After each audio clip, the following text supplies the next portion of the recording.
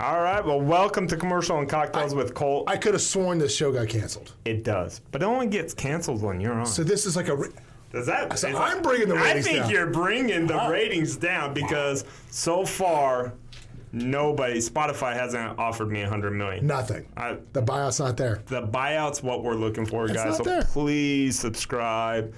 Me and John, we want to go back to Cabo. How did we not do a Cabo in commercial? That missed opportunity. I think the cocktails overtook everything, and that was cocktails overtook Colt and the commercial. And it just overtook the whole thing. But I think what we need to talk about today is I get a lot of calls from agents asking about how to write land contracts as far as contingencies go.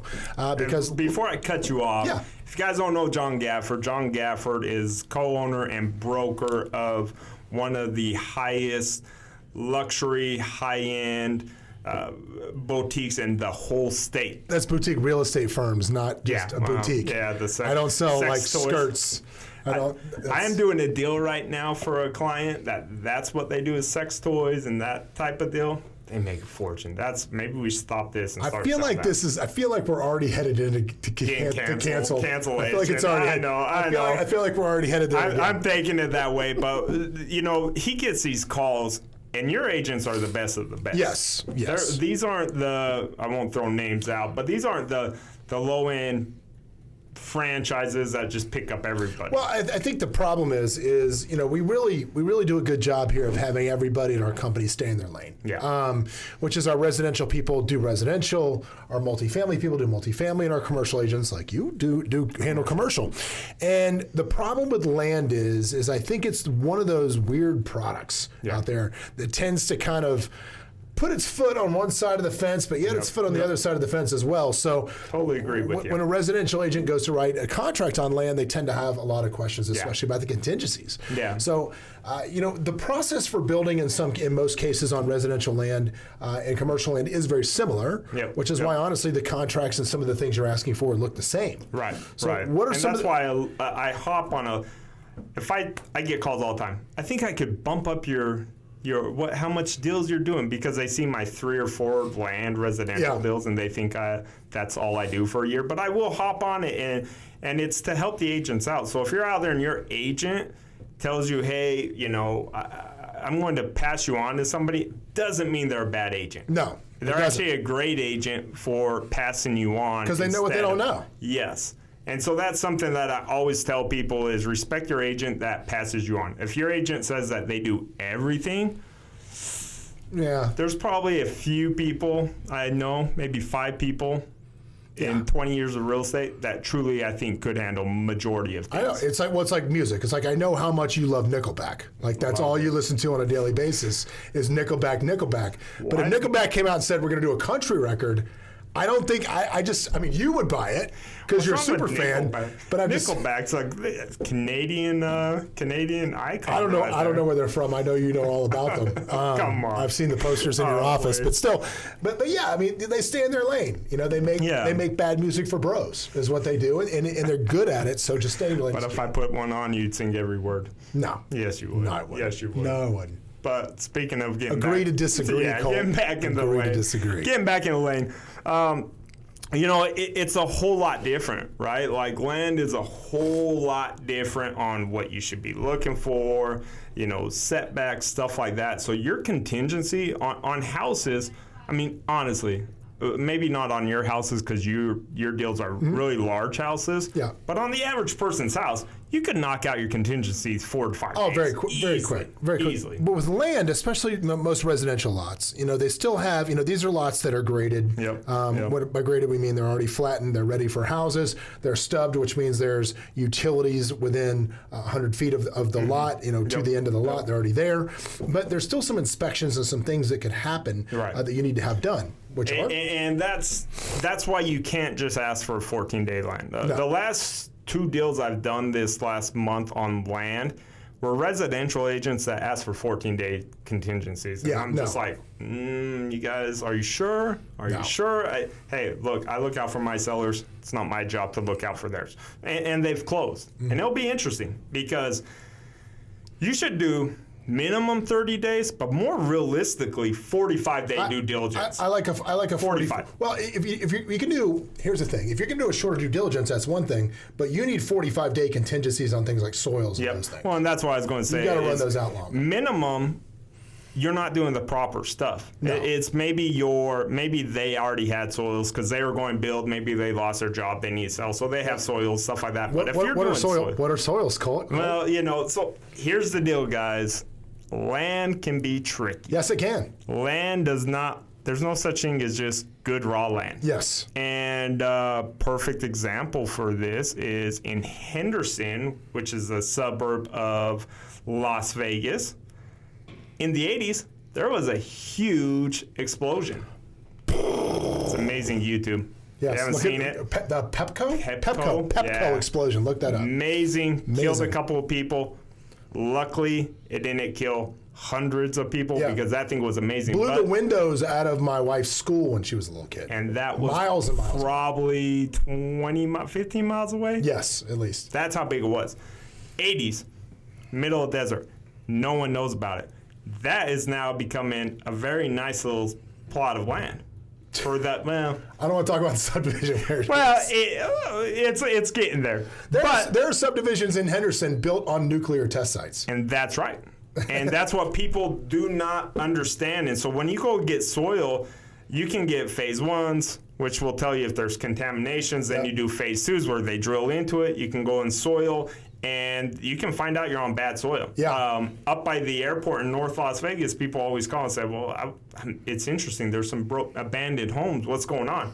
It's because those homes were given to the fire department because the soil ended up being bad, which can create contamination with your water, which you don't want, or it can be bad soil where it starts sinking on you, and all of a sudden you got a pothole in the middle of your living room. So when you go to do inspections, you want to have soil inspections. So make sure the land is where you can actually build on it. There's a house up in Utah. Everybody's property was good. The guy didn't get soil inspection. He just started building on it. He got some inspections, but not everything. A year later, his whole back of his house was falling off. This is multi-million-dollar homes, and it cost him, who knows? I bet it cost him $1 million to fix that. Oh, okay. I mean, again, minimum 45 days. 45 days on the soil contaminants. Yep. And then you can go and say, hey, we'll do a 15-day rollover closing after it, 60-day close.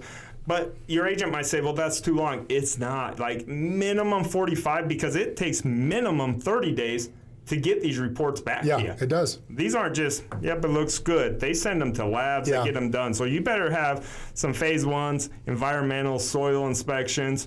And if you go to build, they're going to require that stuff to build on it. Yeah. And if you don't have it, you're not getting certification of occupancy. A lot of people think I'm just going to buy the lot, and then when I get a GC later, they're going to come back and do all those inspections, which they will. I mean, they have to get permits and get things done on the lots. But if you're really serious about buying land to build a house, figure out if you can do that up front. Yeah. There was a lot of land speculation back in the early 2000s that went through where people were buying dirt just to hang on to it. Now you're not seeing so much of that. The dirt that's being traded, especially the infill pieces, meaning lots that are inside subdivisions that are already built up.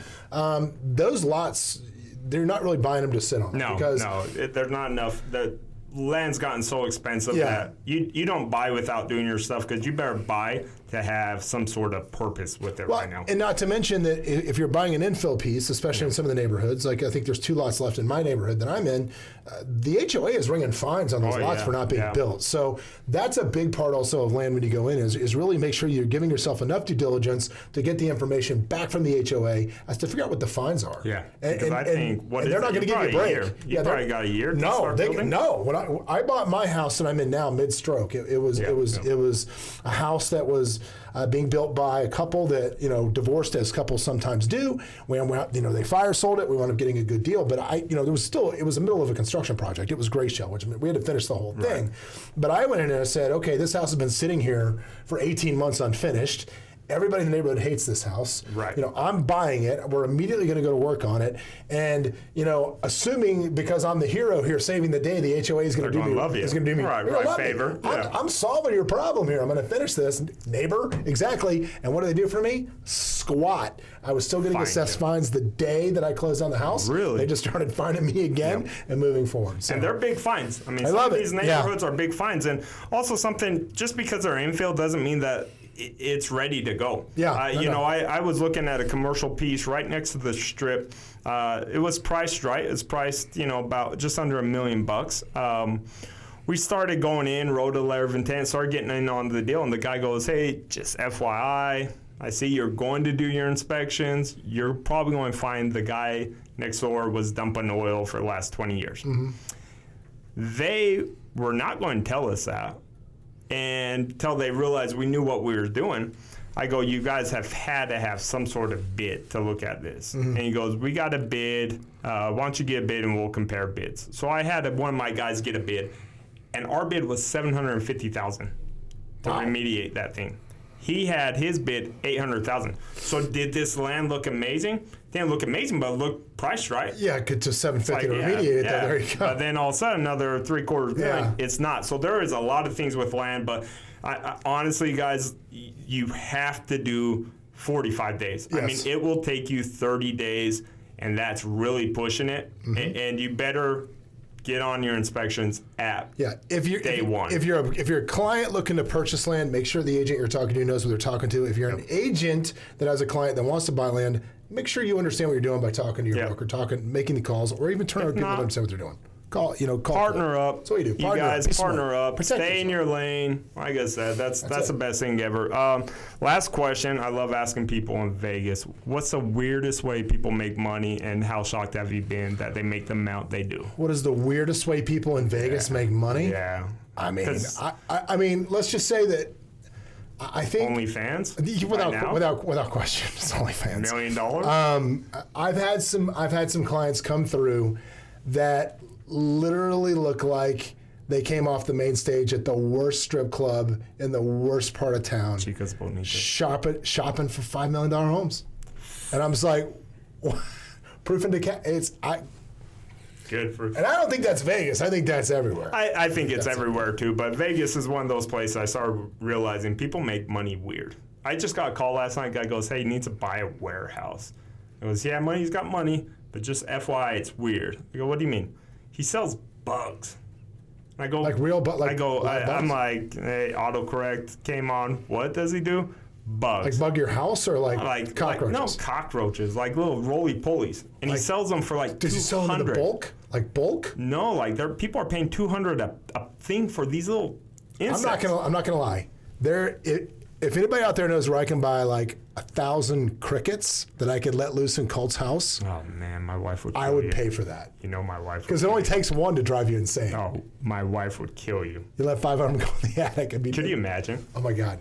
That one. If you live where you don't have crickets, God bless, because you get one in your house. Oh, you get one, it drives you crazy. It's like 500 of them in there? Oh, it's like your fire smoke detectors going off. But yes, land guys, minimum 45 days. Ask your agent. Tell your agent, hey, I'll trust you. I'll always be your client. If you don't know what you're doing, great. Let's team up with somebody else. And if you're an agent, do your clients right. Do your clients right. Yeah. Always. Well, cheers. You didn't drink. It's 8:30 in the morning. It's Vegas. It's true. It's Vegas. Someone just got off work. Cheers. Subscribe to the YouTube channel, guys. Take care.